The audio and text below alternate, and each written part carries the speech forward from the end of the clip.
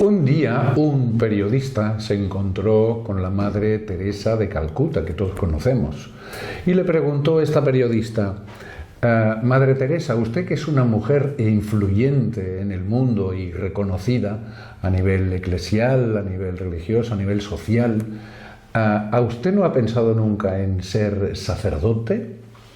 Y ella respondió diciendo: no, yo quiero ser santa, no sacerdote. Por eso en el día de hoy os damos la bienvenida a este nuevo programa de Veamos, que es este espacio donde plantearemos durante unos 20 minutos a esas cuestiones que a veces forman parte de nuestras conversaciones o de nuestras reflexiones y que aquí nos proponéis pues para reflexionar, para hablar, para tener argumentos también para compartir.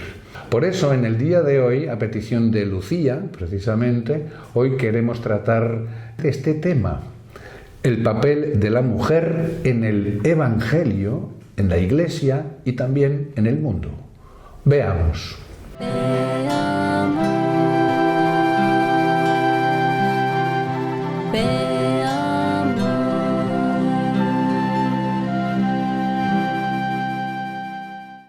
Saludamos con afecto a todos los televidentes que nos veis desde cualquier lugar del mundo en este programa nuestro que es Veamos, que también es vuestro.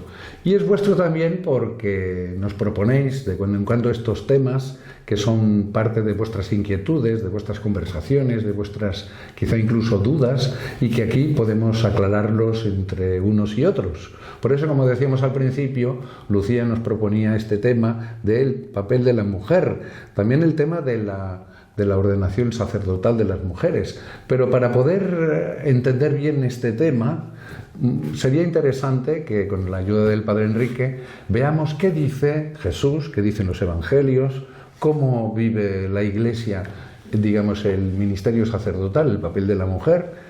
Y en este programa, por eso, el Padre Enrique nos ilumina como siempre. Podemos empezar hablando de este papel que vemos en los Evangelios que tiene la mujer. A ver, esto da para una tesis doctoral del Evangelio, porque hay muchas cosas. Pero digamos las necesarias. Primero, entender que en el contexto judío y grecorromano del siglo I, las mujeres tenían una participación bastante limitada en la sociedad.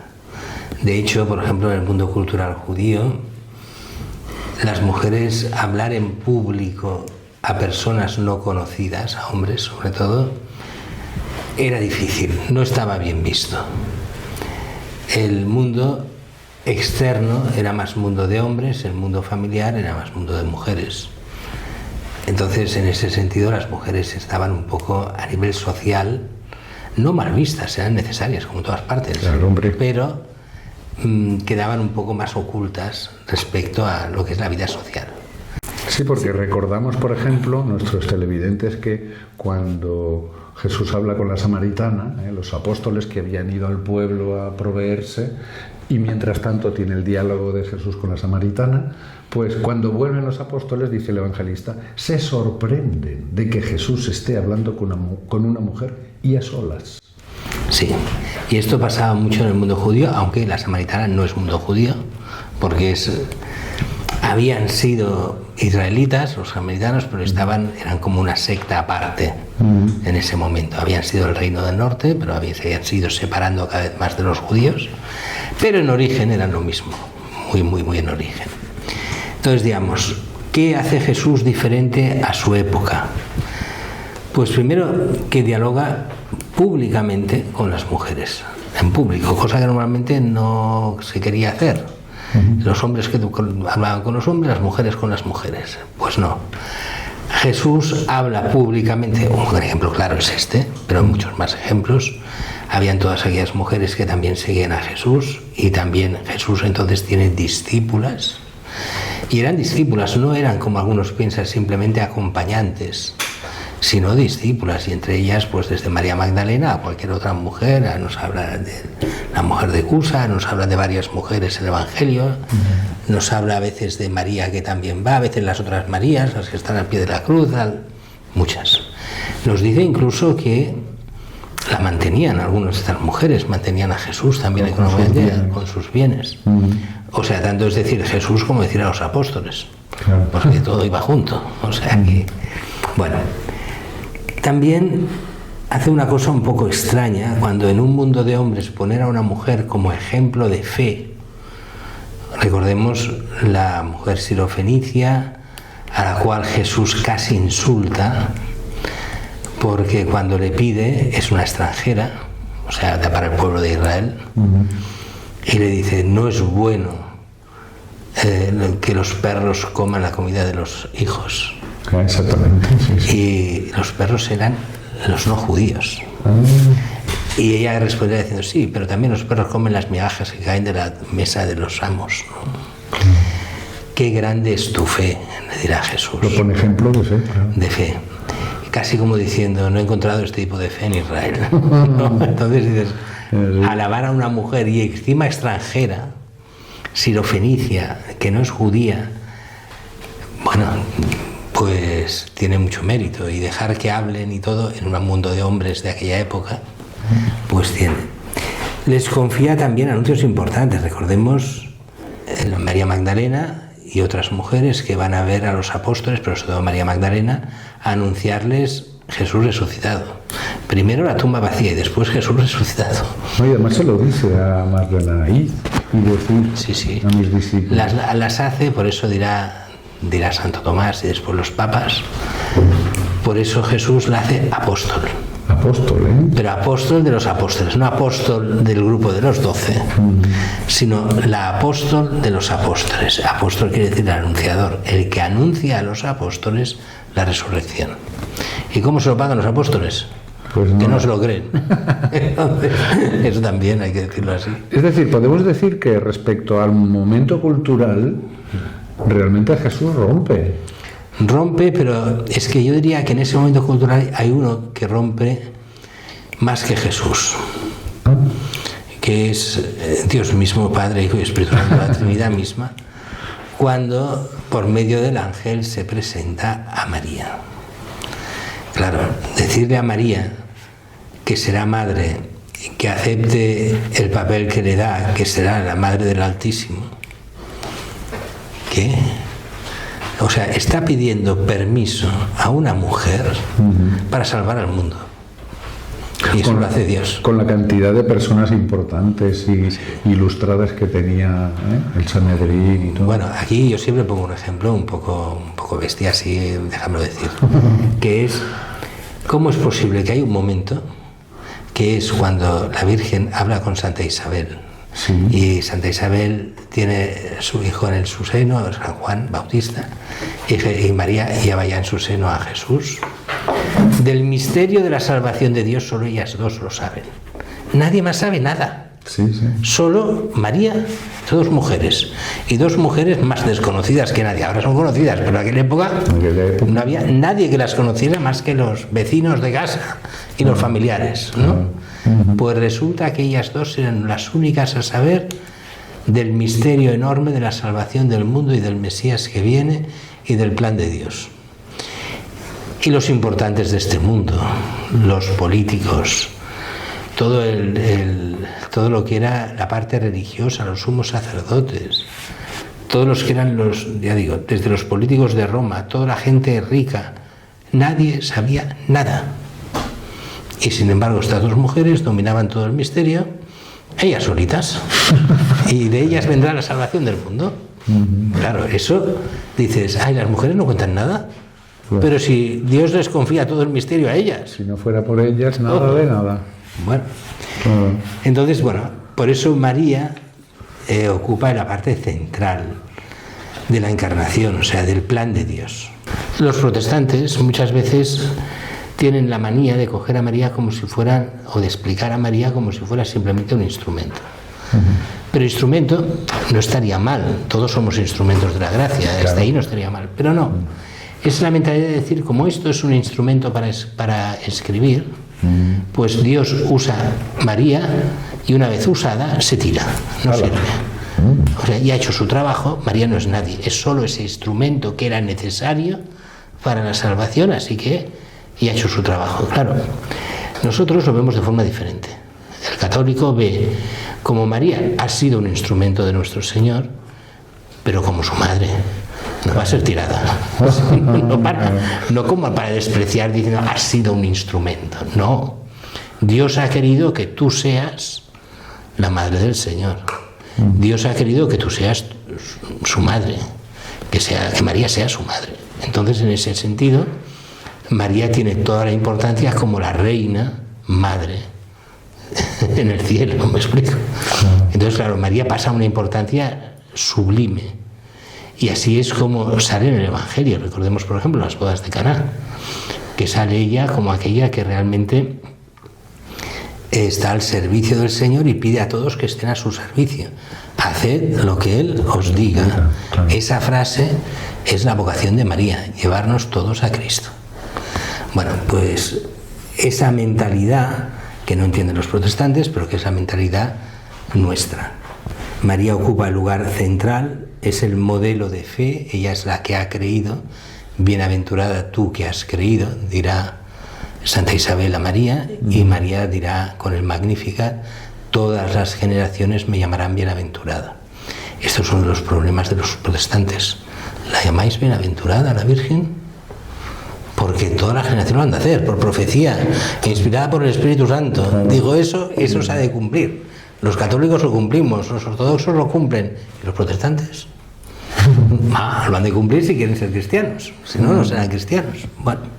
Pues aquí en el principio de nuestro programa, cuando introducíamos, explicábamos el anécdota de la Madre Teresa de Calcuta, que decía, yo quiero ser santa, no quiero ser sacerdote. Eso lo decía expresamente ella. Claro, entonces esto nos plantea realmente cuando a la gente dice, bueno, es que esto de ser sacerdote para las mujeres porque no son sacerdotes, eso es un tema complicado. Es un tema difícil que a veces nos costará un poco de entender, pero primero hemos de entender, la vocación cristiana no es vocación a ser sacerdote ministerial. Sí que hay una vocación cristiana que es ser sacerdote real, que le llamamos, o sea, el sacerdocio real, que de alguna forma es nosotros, por medio de nuestro bautismo, somos intercesores ante Cristo. Por lo tanto, es de alguna manera sacerdote. Es sacerdote en el sentido de que nosotros, siendo consagrados a Cristo, cada fiel hablo, ante el mundo pagano, no cristiano, tenemos esa misión de llevarles a Cristo. Ese es el sacerdocio de cada cristiano. Y todos los cristianos tienen ese sacerdocio. Y todos los cristianos están llamados a llevar a Cristo a los demás.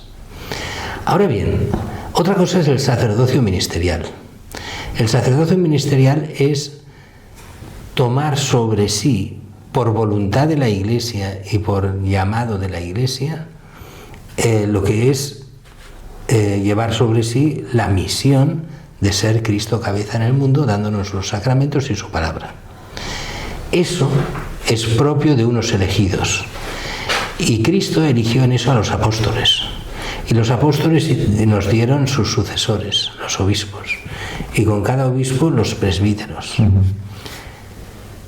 Por voluntad de Cristo desde el principio, eso se ha conferido a los hombres y no a las mujeres. Porque no es una vocación del hombre, sino de Dios, para que unos pocos hagan de pastores. Pero pastor, aquí hay un pequeño problema o un gran problema para muchos. A ver. Pastor, en la mentalidad de la gente, algunos lo ven como el que tiene el poder sobre los demás. El pastor es el que manda sobre las ovejas. Entonces, es la mentalidad de que es alguien superior en cuanto tiene un ministerio que lo hace superior a los demás. Claro, esto todos los papas han insistido mucho en los concilios, a ver si entendemos por una vez que todo lo que es el ministerio sacerdotal es un ministerio de servicio. Tanto es así que ya los papas desde la Edad Media se les llaman los siervos de los siervos de Dios, o sea, el siervo de los siervos de Dios. Es el que está al servicio de los siervos de Dios, que son todos los cristianos. Claro. Eso al mundo, a partir sobre todo de la Revolución Francesa y del marxismo, cualquier cargo es considerado poder. Y entonces todos los cargos son simplemente el aprovecharse de los demás y estar por encima de los demás. O sea, ir en contra de lo que la Iglesia enseña, claro, en cuanto al sacerdocio. Bueno, y en cuanto a la vida cristiana, que es la vida cristiana, claro. Entonces todo es lucha de clase. Entonces hemos de estar en la lucha contra los sacerdotes porque son otra clase sacerdotal. Entonces nos ponen que no es eso. El sacerdote solo pues, se entiende desde el servicio al pueblo de Dios. Y si alguien se hace sacerdote sino para servir al pueblo de Dios, en nombre de Cristo, o sea, como Cristo cabeza, es que no ha entendido el sacerdocio. Entonces, cuando se exige el sacerdocio como poder de lucha de clases, o de lucha de género, llamaríamos hoy, pero que es una nueva lucha de clases, la lucha de género, claro, lo que está haciendo es traicionar a Cristo. Porque ya no actúas en nombre de Cristo cabeza, sino en cuanto a reivindicación de género. Eso no es. Claro. Eso no es cristiano, es otra cosa. ¿Me explico? Eso es marxismo. Claro. Y además, corríjame, Padre Enrique, si me equivoco, pero claro, podemos decir, como ha dicho usted, que el Señor escogió como sacerdotes, ¿verdad?, propiamente, a hombres, pero también, y no a mujeres, pero tampoco a todos los hombres por el hecho de ser hombres, que eso también, es decir, solo a algunos. Se escoge de entre los hombres. Porque a veces se puede decir, no, las mujeres no pueden ser sacerdotes y los hombres sí. No, los hombres tampoco, a no ser que el Señor les llame. Sí, hay una llamada y hay un ser escogido. Esto es una de las cosas, claro, déjamelo poner. Cuando yo entré en el seminario, yo pensaba, ojalá me digan que no tengo vocación, ya está, me voy y ya está. ¿Ah, sí? Sí. Hombre, padre. Claro, porque al final dices, ¿la vocación es porque yo me la invento o porque la Iglesia me la reconoce?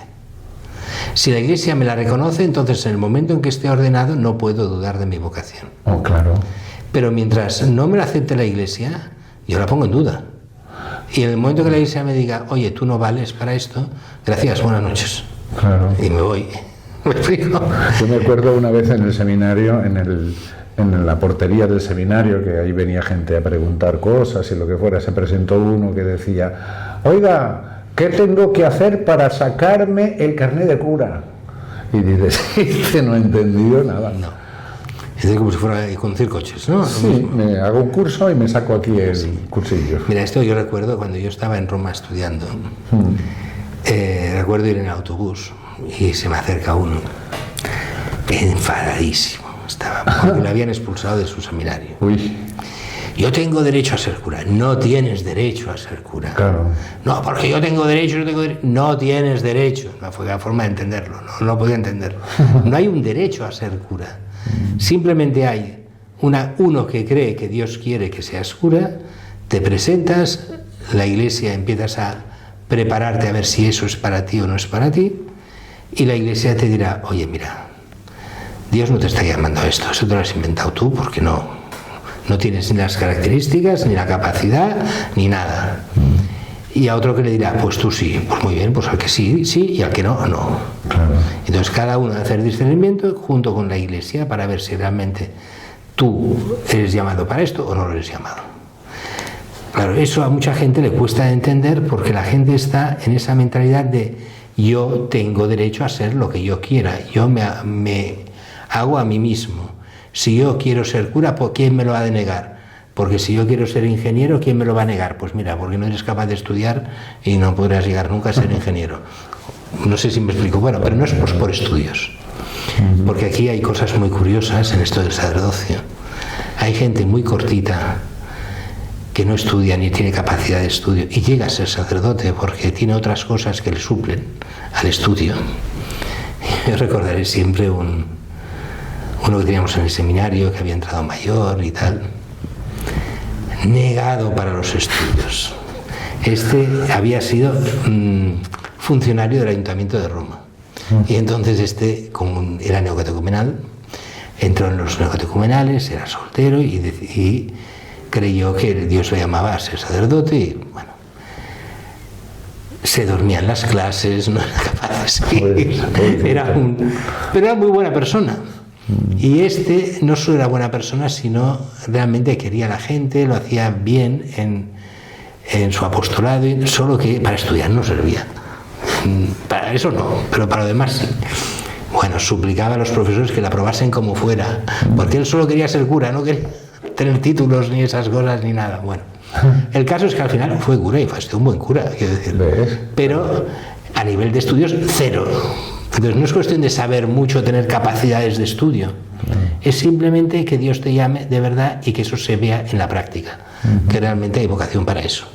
De hecho, en la historia de la Iglesia hay un caso muy curioso y además como clamoroso de esto que dice el padre Enrique, que es el santo cura de Ars, que una vez un teólogo afirmaba diciendo: esto del cura de Ars es un desastre. Dice, porque un sacerdote que aprobó la carrera de teología con el catecismo y justito, resulta que la Iglesia lo hace patrón de los párrocos del mundo. Dice, esto es un desastre. Es más complicado de lo que parece. Porque uno podría poner objeciones de las dos cosas que has dicho. Una, primera, ¿por qué iba justo? A ver, en aquella época, como tú que entraste en el seminario menor, la mayoría entraban en el seminario menor, al sacerdocio. Entonces aprendían latín desde niños. Además, tú entraste más mayor en el seminario menor. Quiero decir, ahí entraban con 10 años y ya estaban en el seminario menor. Algunos llegaban al sacerdocio, otros no llegaban al sacerdocio, pero iban estudiando. Claro, cuando tú entrabas con 10, 11, 12 años en el seminario menor, claro, y se hacía todo en latín, cuando llegabas al seminario mayor, dominabas el latín y el griego como nada. Claro, pero cógete una persona que era de campo, como era San Juan María Vianney, en medio de una persecución que fue la de la posterior a la Revolución Francesa, que él prácticamente ni iba a la parroquia, sino que los curas iban a su casa y en su granero decían la misa, porque eran curas refractarios y curas que no habían jurado la Constitución francesa, perseguidos. Claro, él cuando entra en el seminario es mayor de edad, recordemos que ha de ir a la guerra, tiene que venir a luchar en España contra los españoles, llega tarde y cuando llega el ejército se ha ido y es prófugo y tuvo que ocultarse 2 años para que le dieran la amnistía, y entonces lo amnistiaron y entonces entró en el seminario. Claro, entró muy mayor al seminario. Cuando le ponen con los de su curso que todos sabían latín y él no sabía qué era eso del latín, claro, llega un momento en que él iba justísimo y tuvo profesores particulares que fuera del seminario le enseñaban y llegó justo para aprobar. Pero estoy convencido de que se pone a mi lado y sabe latín 20 veces más que yo. No sé si me explico. Pero lo que pasa es que en aquella época se consideraba muy justo el latín que él sabía. Pero es que todo se hacía en latín. Todas las clases, todos los exámenes, todo tenía que hacerlo en latín. Y era un poco negado en el sentido que no tenía toda la experiencia del que empieza con 10 años. Era otra historia. Después es muy curioso lo de párrocos del mundo, porque, bueno, lo has dicho bien, párrocos del mundo. Porque con Benedicto XVI, él anunció en el jubileo, no me acuerdo de qué jubileo era, el sacerdotal, que lo haría párroco de todos los sacerdotes del mundo. Lo anunció y no se hizo. Y no se hizo, dicen las malas lenguas, porque los obispos y cardenales de Roma decían: ¿cómo a un ser como Juan María Vianney, que no tiene cultura, ni tiene estudios, ni tiene doctorados, ni tiene nada, ha de ser mi patrón? Que yo valgo mucho más que eso. Entonces esa soberbia de algunos hizo que no se hiciera, y de hecho se anunció que se hacía, pero nunca se llegó a hacer. Y parece que hubo esta revolución en Roma de algunos en contra de todo eso. Pero es un modelo sacerdotal como muchos. Bueno, en eso, modelo sacerdotal, pero San Juan María Vianney, gran modelo sacerdotal. ¿La Virgen María es sacerdote? No. ¿Y quién es más importante? La Virgen. 1000 veces más la Virgen. Pero muchísimo más. Porque la Virgen tiene una dignidad que por voluntad de Dios es superior a la de cualquier hombre, a la de cualquier obispo y a la de cualquier papa y a la de cualquier santo, por santo que sea. Por encima está la Virgen. Entonces dices, entonces la dignidad de la mujer, ¿hacia dónde debería ir? A imitar esa dignidad de la Virgen, que es la más digna de todas. y no a buscar simplemente el cargo por el cargo dentro de la Iglesia, o el sacerdocio como fuente de poder dentro de la Iglesia, que es no entender nada de la teología cristiana. Pues con estas palabras del Padre Enrique, y además, con perdón, a mí personalmente me encanta porque nos dibuja a la Virgen, ¿no? como modelo de santidad, que es lo que importa. Por eso, en el día de hoy, y pues como siempre, damos gracias a todos los televidentes, ¿verdad?, que nos habéis visto hasta ahora. Seguramente os habrán quedado algunas cosas en el tintero, porque este tema es muy interesante. Esperemos que habéis encontrado argumentos pues para poder compartir y poder defender la fe, como siempre, y podéis hacer, como siempre, vuestras propuestas, vuestras sugerencias, vuestros comentarios en el correo que tenéis sobreimpreso, veamos.nazarettv@gmail.com, y visitar, como no, a Nazaret TV, donde encontráis, aparte de las misas diarias del Padre Enrique con sus homilías tan interesantes, pues también cosas de formación, de información, de espiritualidad. Navegar por Nazaret TV y descubriréis cosas que os harán bien para el apostolado y para el alma. Por eso siempre acabamos nuestros programas pidiendo la bendición de Dios y la intercesión de la Virgen María y de San José. El Señor esté con vosotros. Y con tu espíritu. Que os bendiga Dios Todopoderoso, Padre, Hijo y Espíritu Santo. Amén. Glorioso San José, ruega por nosotros. Ave María Purísima, sin pecado concebida.